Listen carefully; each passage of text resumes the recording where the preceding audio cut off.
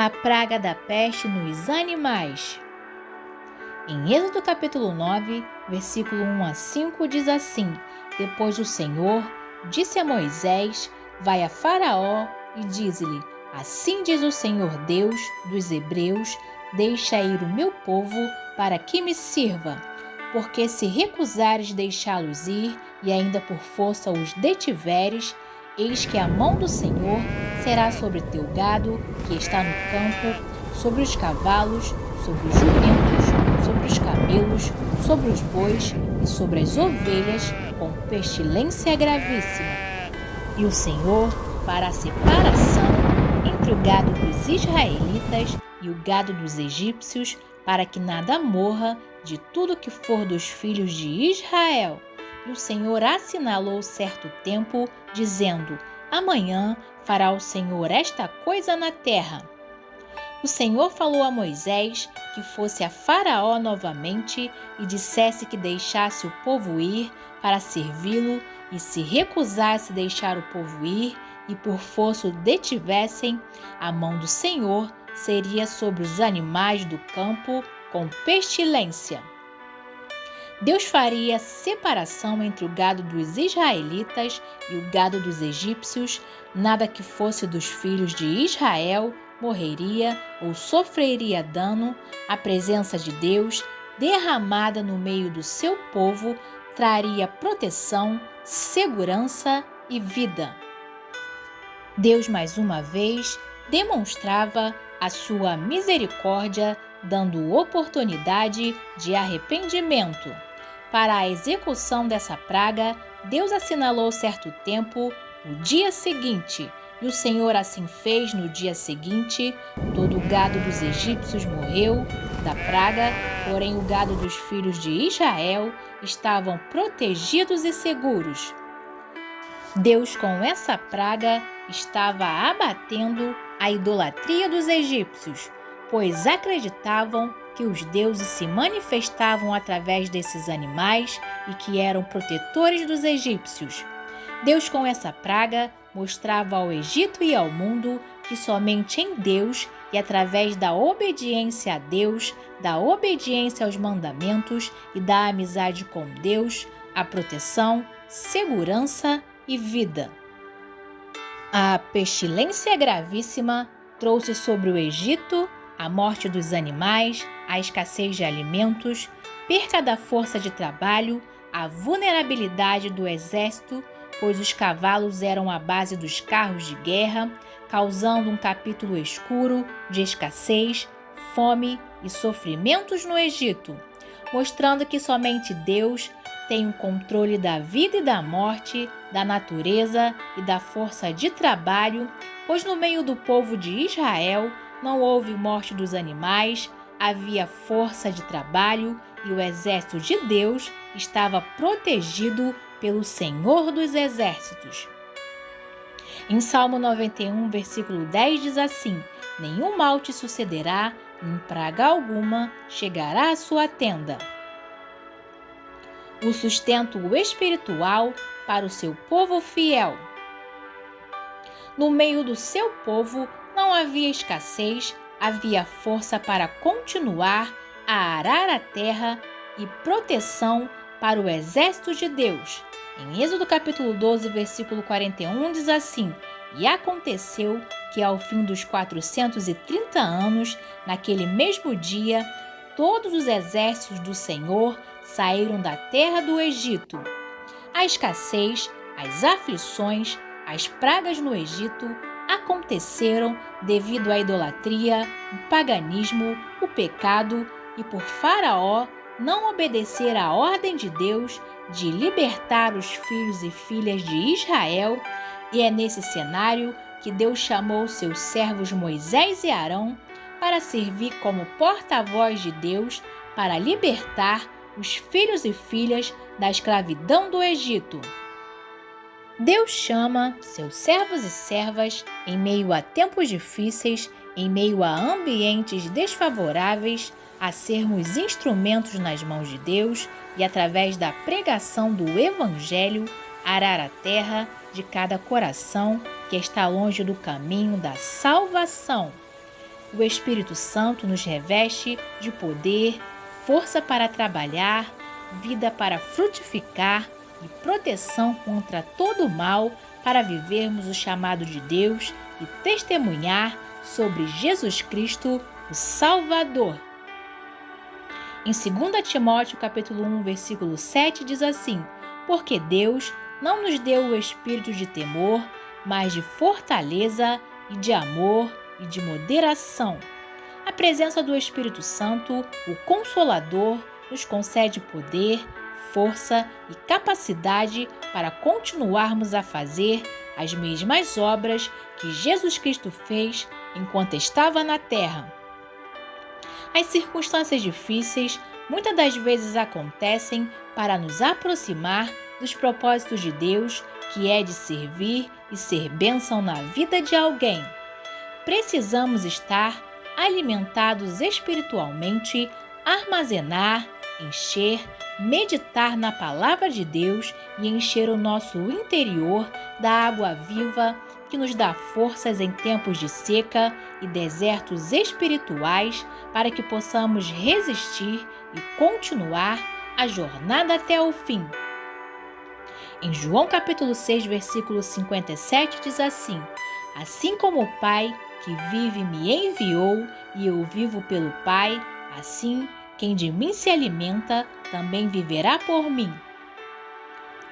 Precisamos ser renovados para que possamos cumprir a vontade de Deus para a nossa vida, e esse renovo vem de nos encontrarmos com Jesus Cristo através do estudo da Palavra de Deus, da oração, da adoração, do amor e cuidado com o nosso próximo. Em Romanos capítulo 12, versículo 2 diz assim: e não vos conformeis com este mundo, mas transformai-vos pela renovação da vossa mente, para que experimenteis qual seja a boa, agradável e perfeita vontade de Deus.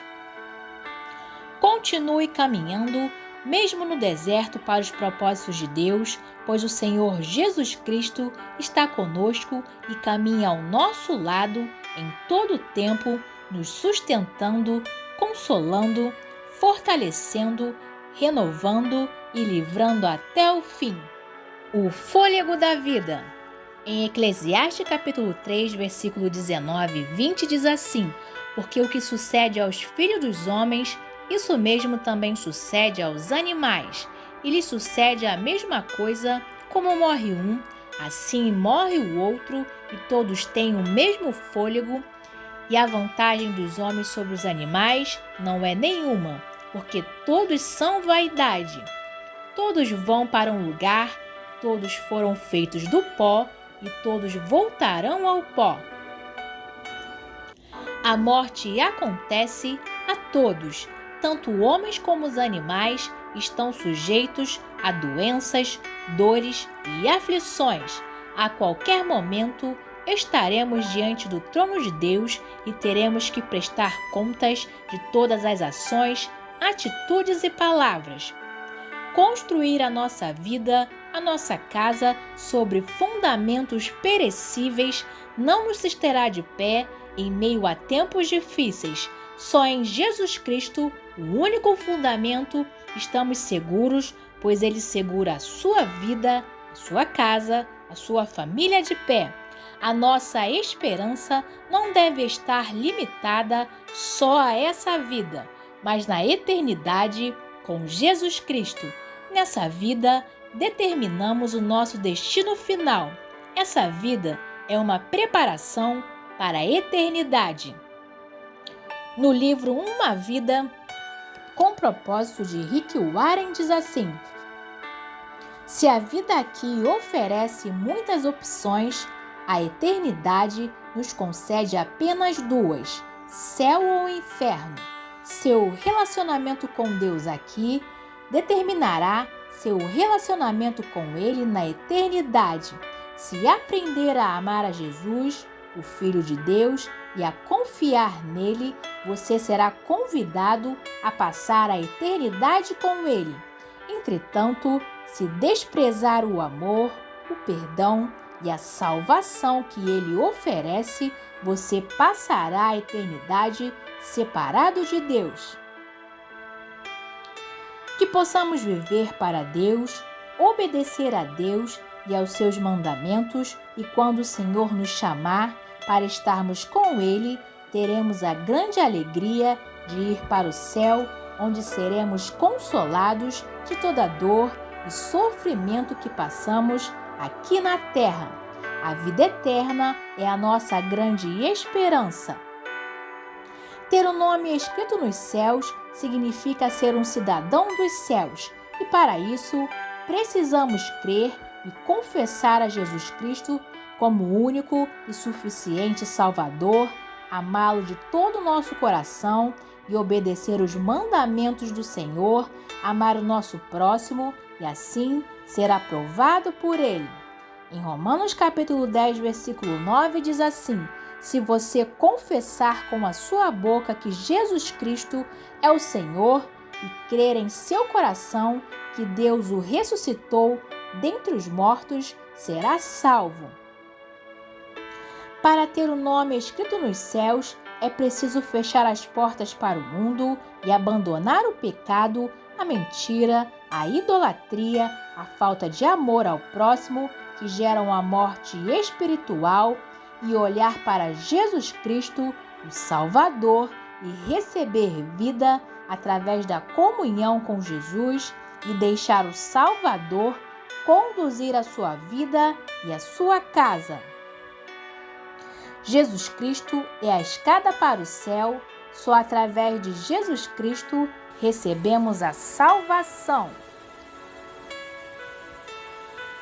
A realidade do inferno.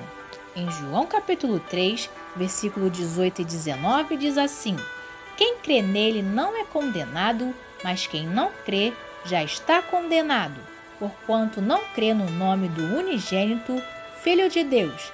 E a condenação é esta, que a luz veio ao mundo e os homens amaram mais as trevas do que a luz, porque as suas obras eram más. O inferno existe e ele fica no final de uma vida sem Jesus Cristo. A única condição de não ir para o inferno é crer em Jesus e se arrepender do pecado. Só Jesus Cristo, o Salvador, pode livrar o ser humano do inferno. Só Jesus Cristo pode acalmar a tormenta da alma do ser humano. Tem coisas que só Deus pode fazer para libertar os filhos e filhas. Em Êxodo capítulo 9, versículo 5 diz assim: e o Senhor assinalou certo tempo, dizendo: amanhã fará o Senhor esta coisa na terra. Tem coisas que só Deus pode fazer na terra de cada coração para libertar os filhos e filhas da escravidão do pecado e do mundo. O sinal de Deus é o que Deus pode fazer em nossa vida, em nossa família e em nossa geração. Deus pode tirar toda a sequidão da terra de cada coração, dos que estão mortos espiritualmente, e enchê-los do Espírito Santo.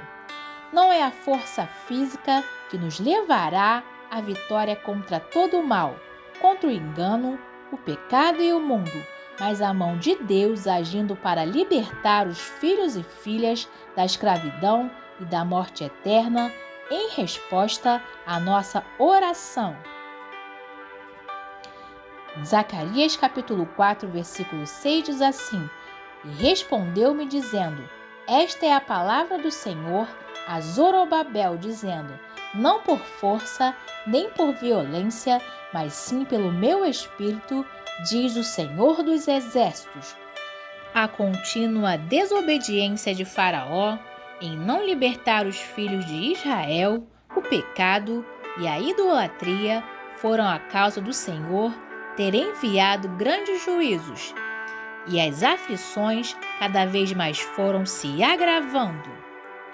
O Senhor mais uma vez demonstrava o seu grande amor, dando a oportunidade de escapar da ira divina, de arrepender-se sinceramente, mas ele endureceu o coração e não deixou ir o povo de Israel. Que possamos confiar no Senhor e ter certeza da proteção do Senhor em meio a tempos difíceis. A presença de Deus é constante, nos ajudando a continuar crescendo espiritualmente, nos dando vida, nos ajudando a romper com força nos projetos que Ele tem colocado em nosso coração. Na caminhada com Jesus, em direção aos propósitos de Deus para a nossa vida, enfrentaremos lutas, provações e ventos contrários, mas com a presença de Jesus Cristo em nossa vida, em nossa casa, em nossa geração, não há o que temer. Em Isaías capítulo 41, versículo 10 diz assim: Não temas, porque eu sou contigo, não te assombres, porque eu sou o teu Deus. Eu te fortaleço e te ajudo e te sustento com a destra da minha justiça. Hoje, muitos podem estar diante de lutas, enfermidades, provações, perseguições, mas que possamos continuar a perseverar com a mesma dedicação ao Senhor, com o mesmo amor a Jesus, com a mesma fidelidade em servir. Vai para o campo que você está protegida pela presença de Deus em sua vida. Deus te livrará de todo o laço do inimigo e de toda peste perniciosa. A verdade é o seu escudo. Em Salmo 91, versículo 3 e 4 diz assim: Porque ele te livrará do laço do passarinheiro e da peste perniciosa, ele te cobrirá com as suas penas, debaixo das suas asas te confiarás, a sua verdade será o teu escudo e broquel. Deus te abençoe.